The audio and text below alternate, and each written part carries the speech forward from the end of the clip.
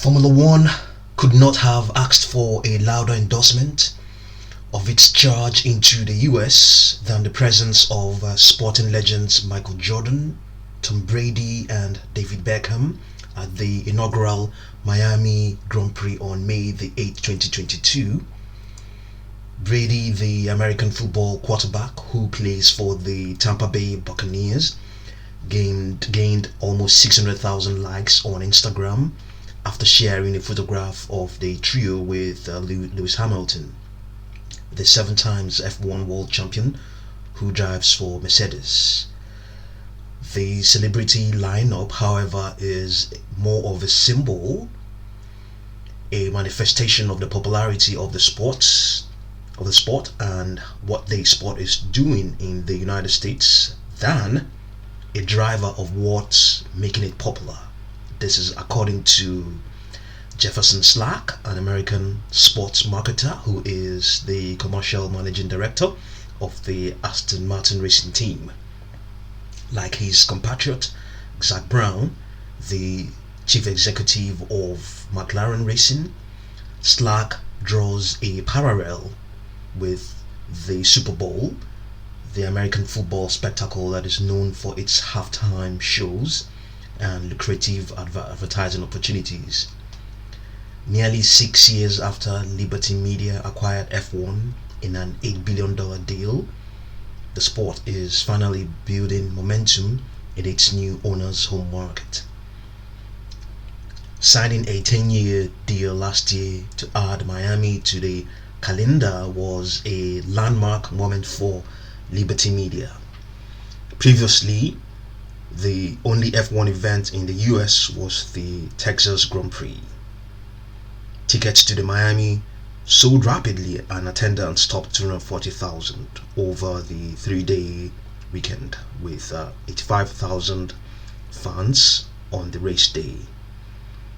An average of 2.6 million fans watched on US television as cars raced on a circuit around the home of the Miami Dolphins, an American football team.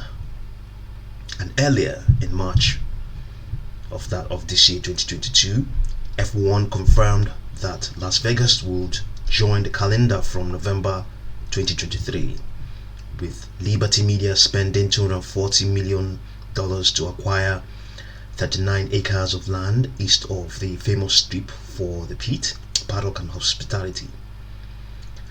Austin, Miami and Vegas, plus Montreal and Mexico City, mean that North America will host about a fifth of a hectic schedule that could yet extend to the 24 race limit. While F1 still has a way to go to catch up with US sports such as basketball and American football, its negotiating power has strengthened ahead of the renewal of its broadcasting contract. According to Zak Brown, he doesn't see any reason why they can't be seen as one of the major sports in America. He thinks they've got a lot of room for growth.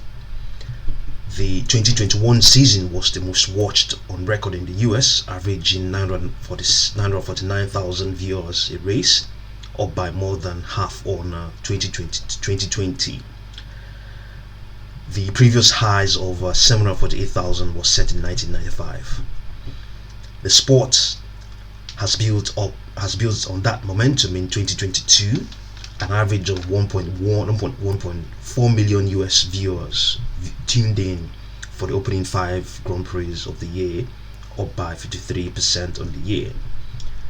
F1 has used social media and video streaming services to attract new fans.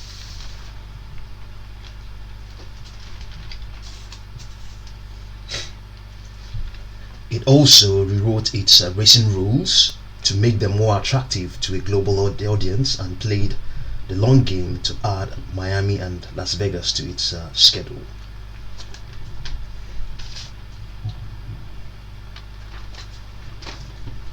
Times have changed since Red Bull Racing boss Christian Horner had, as he recalls, to leave the circuit through the back door at the 2005 US Grand Prix in Indianapolis, when only 6 of 20 cars participated because of tire problems. After the removal of Indianapolis from the calendar in 2008, F1 did not return in the US until 2012. Austin came along, and it has always been a hugely popular event according to Horner. But then, really, the phenomenon that has come through is a Netflix Drive to Survive, a documentary series explaining the sport, the characters, and some of the challenges it has engaged in the US. Agreeing to give Netflix access to the paddock was a masterstroke by Liberty Media, which saw digital content as a marketing tool, largely ignored by Ben Eccleston, the former F1 executive who ruled the sport for decades. Drive to Survive became a hit, attracting younger fans and women to a sport that is traditionally associated with older men. The second and third series of the documentary were aired during the COVID-19 pandemic, giving fans the inside track on the politics, the sport, and introducing them to the team principals and drivers. In the US, Drive to Survive tapped into new audiences, according to Toto Wolff, team principal and a shareholder in Mercedes F1 team. Netflix had created a very loyal, hugely informed audience for the races.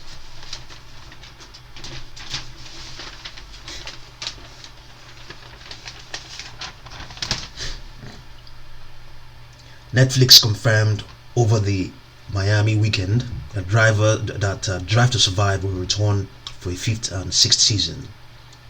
Laurent Rossi, chief executive of Renault's Alpine Racing team, says deeper changes made by Liberty have also increased the sport's appeal after years of domination by Mercedes, which won 8 consecutive constructor titles. So F1 has introduced cars designed to make it easier for drivers to race closer together, a move to encourage overtaking. The old cars created turbulence known as dirty air that made these harder for drivers. Executives say the outcomes of this year are good, although the early frontrunners, Charles Leclerc of Ferrari and defending champion Max Verstappen of Red Bull, both drive for teams that have previously won trophies historically overspent rivals. The changes personalized the sport for sure, and it's good, says Rossi. At the end of the day, you want 10 teams vying almost equally for the win. That's what makes the sport interesting. The next question for F1 is how to build on the sport's success in the US. Some executives hope that its newfound popularity will attract American drivers or teams.